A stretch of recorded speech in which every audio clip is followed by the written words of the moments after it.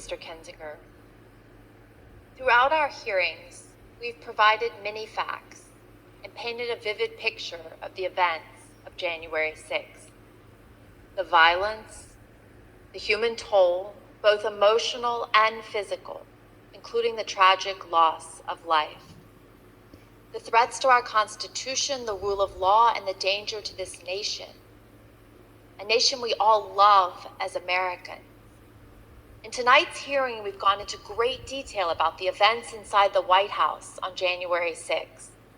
We've described how the President of the United States, who was bound by oath to the Constitution and by duty to ensure the laws are faithfully executed, took no action when the cornerstone of our democracy, a peaceful transition of power, was under attack. But it's more than that.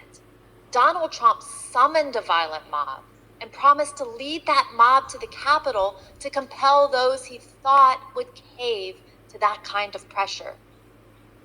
And when he was thwarted in his effort to lead the armed uprising, he instigated the attackers to target the vice president with violence, a man who just wanted to do his constitutional duty. So in the end, this is not as it may appear, a story of inaction in a time of crisis. There we go. But instead, it was the final action of Donald Trump's own plan to assert the will of the American people and remain in power.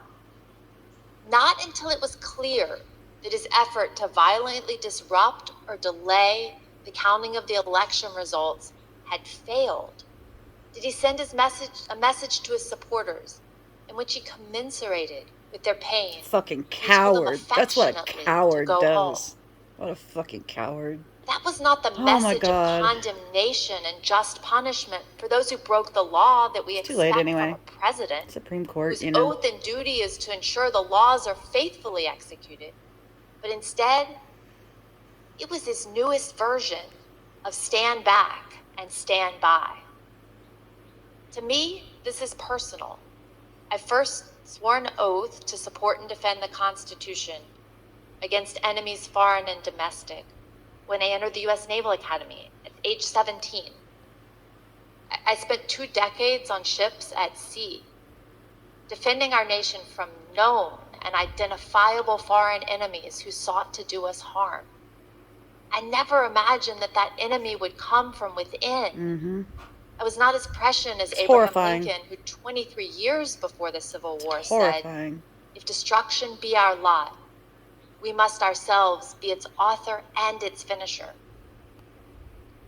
Donald Trump was the author, and we the people, for ourselves and our posterity, should not let Donald Trump be the finisher. Thank you, and I yield to the Vice Chair. Thank you very much, Mrs. Luria. I want to thank our witnesses for joining us today. Members of the Select Committee may have additional questions for today's witnesses, and we ask that you respond expeditiously in writing to those questions. Without objection, members will be permitted 10 business days to submit statements for the record, including opening remarks and additional questions from our witnesses. There we go. I'd now like to turn things to Chairman Thompson for a few closing words. The members of the committee and I appreciate and thank all persons who've come forward voluntarily to provide information to help protect our democracy. And our work continues. As we've made clear throughout these hearings, our investigation is going forward. We continue to receive new information every day. We are pursuing many additional witnesses for testimony. We will reconvene in September to continue laying out our findings to the American people and pushing for accountability. In the first hearing of this series, I asked American people to consider the facts and judge for themselves. The facts are clear and unambiguous. With receipts. I thank the American people for their attention over the past several weeks. I wish you all a pleasant evening. Let me again thank our witnesses.